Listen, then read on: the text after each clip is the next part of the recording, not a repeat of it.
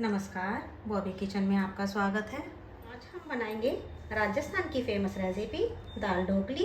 दाल ढोकली में बस एक ही पोट मील हो जाता है। ये बहुत ही आसानी से भी बनके तैयार हो जाती है। रेसिपी पसंद आए तो चैनल को सब्सक्राइब जरूर से कीजिए। तो आइए अब हम रेसिपी बनाना स्टार्ट कर देते हैं।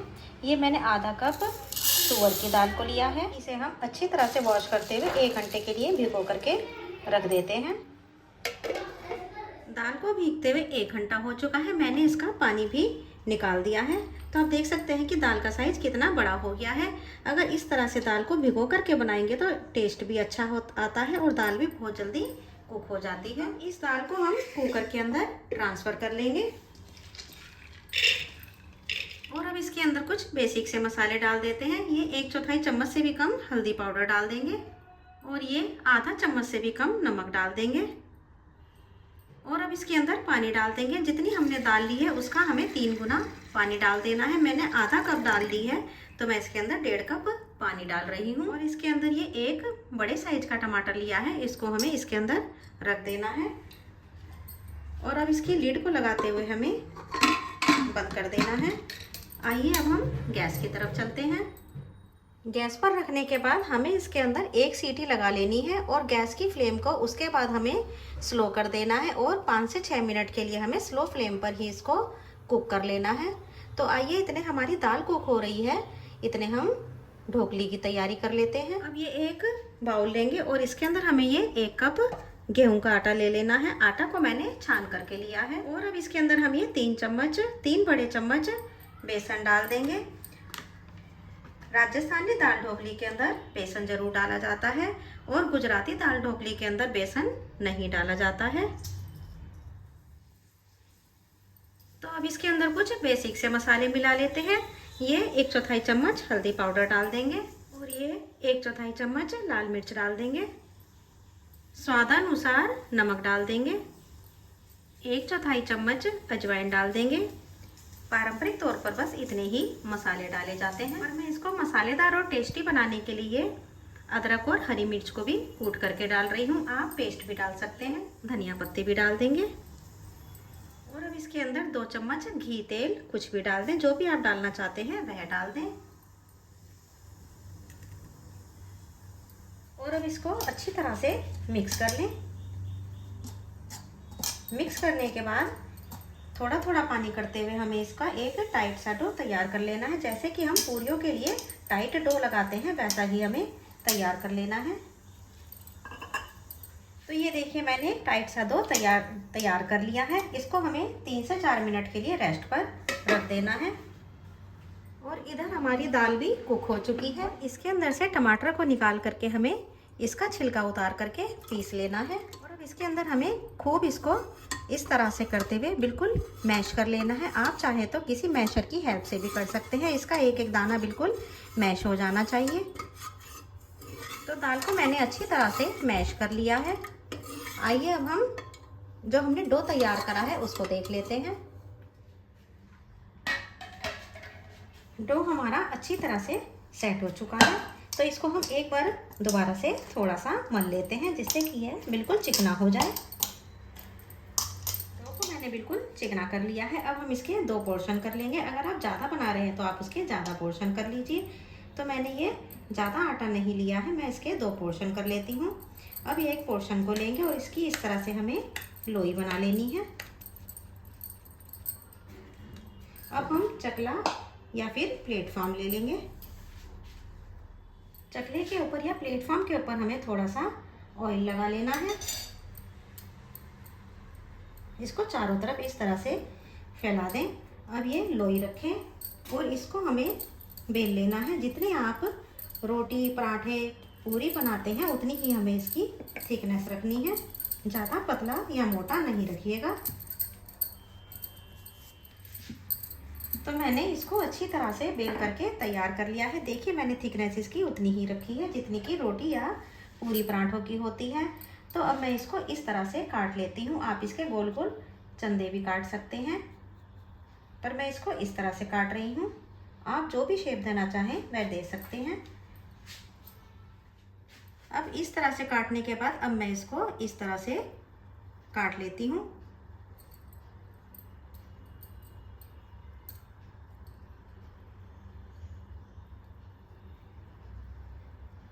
सारे पोर्शन आपको बराबर ही रखने हैं। तो मैंने सारे पीस काट करके तैयार कर लिए हैं। अब हम इसमें से एक पोर्शन को उठाएंगे और हम इस तरह से इसके दो किनारों को पकड़ करके इस तरह से हम प्रेस कर देंगे। तो ये लीजिए, हमारी बहुत ही अच्छी शेप की ढोकली बनके तैयार हुई है। अब इसको हम इस प्लेट के अंदर रख लेंगे। मैं आपको एक और दिखा देती हूँ कि हमें ये किस तरह से बना करके तैयार करनी है। इस तरह से दो पोर्शन उठाएंगे और इनको हमें इस तरह से प्रेस कर देना है। बस इसी तरह से सारी ढोकली को बना करके तैयार कर लें। तो ये मैंने सारी ढोकलियों को बना करके तैयार कर लिया है। तो आइए अब हम दाल के लिए तड़का तैयार कर लेते हैं। अब एक बर्तन लें और उसके अंदर 2 से 3 चम्मच घी तेल ले लें। अब इसके अंदर आधा चम्मच जीरा डालें, 1 से 2 पिंच हींग डाल दें और 1 चम्मच धनिया डाल दें। ये अदरक और हरी मिर्च को कूट के डाल दें। आप अदरक और हरी मिर्च को अलग अलग भी डाल सकते हैं। इसकी फ्लेम को बिल्कुल स्लो पर रखें, नहीं तो मसाले जल सकते हैं। अब 20 से 30 सेकंड के लिए मसालों को भून लें। अब इसके अंदर जो हमने टमाटर को पीस के तैयार करा है उसको हमें इसके अंदर डाल देना है। रेसिपी पसंद आए तो चैनल को सब्सक्राइब जरूर से कीजिएगा। अब इसके अंदर साथ ही में मसाले भी डाल दें। 1/4 चम्मच हल्दी पाउडर डाल दें, क्योंकि हमने दाल के अंदर भी डाला था। 1/2 चम्मच लाल मिर्च डाल दें।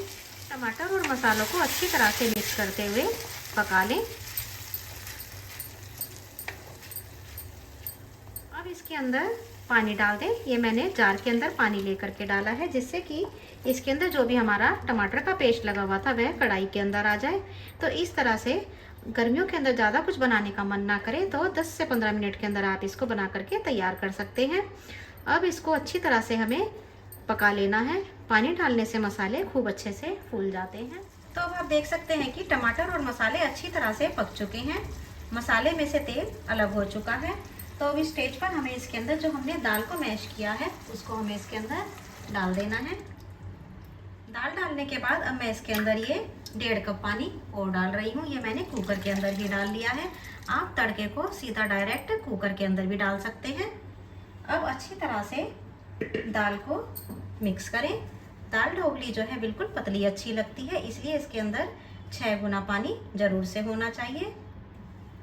अब इसको हमें उबाल लगा लेना है। तो अब आप देख सकते हैं कि दाल के अंदर एक अच्छा सा उबाल आ गया है। गैस की फ्लेम को इस टाइम पे स्लो बिल्कुल भी नहीं कीजिएगा, गैस की फ्लेम को हाई ही रखना है। अब हमें इसके अंदर इस स्टेज पर एक एक करके ढोकली को डालते जाना है।